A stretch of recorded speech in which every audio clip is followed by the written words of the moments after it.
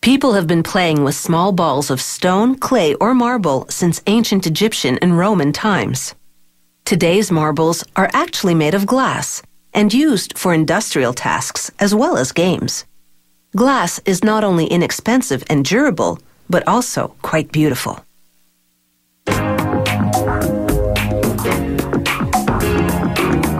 To make marbles, this company melts recycled glass with marbles made earlier but rejected for being the wrong size.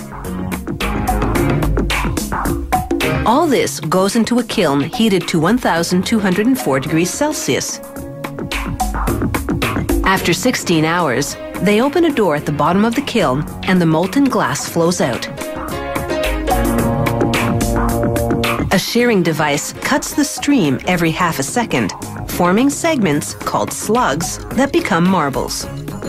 To make different sized marbles, they adjust the device to cut at shorter or longer intervals. The slugs slide down chutes, landing between grooves on spinning cast iron rolls. The spinning keeps the slugs from sticking.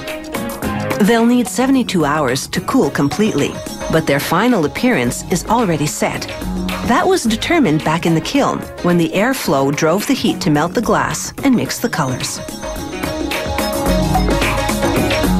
These channels separate the good from the bad.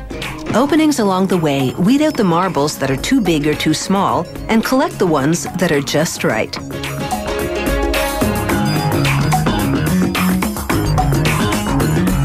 More intricate marbles are handmade. This craftsman first preheats some clear glass in a small oven. Then he breaks off a piece of colored glass. After the clear glass has melted in the furnace overnight, he gathers some on a steel rod, then picks up a chunk of preheated colored glass with it. He forms a knob and works the mass into a long string that's up to 5 meters long and thin as a noodle.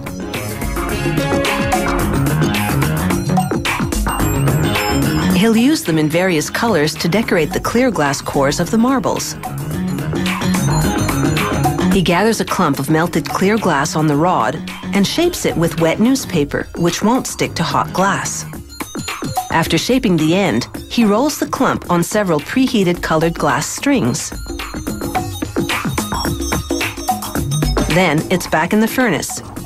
He repeats these steps up to 3 times and rolls the clump on a metal table to even out the surface between each trip to the furnace. Then he adds a layer of clear glass on top. With another tool now, he stretches the clump to about 1/2 meter long. He'll use this to make several cores. To make the second layer of the core, he rolls a 5 centimeter long segment onto colored glass slivers called ribbons. After rolling them in the furnace to melt them, he flattens the ribbons with pliers and snips off the excess at the ends.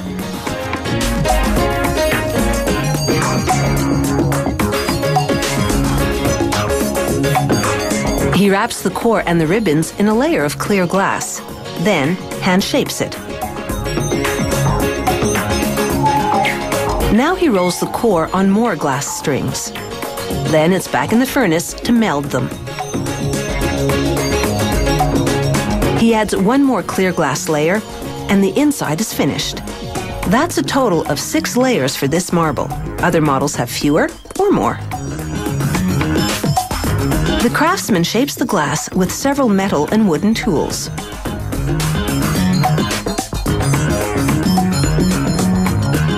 He measures the diameter with metal calipers and gradually sculpts a sphere.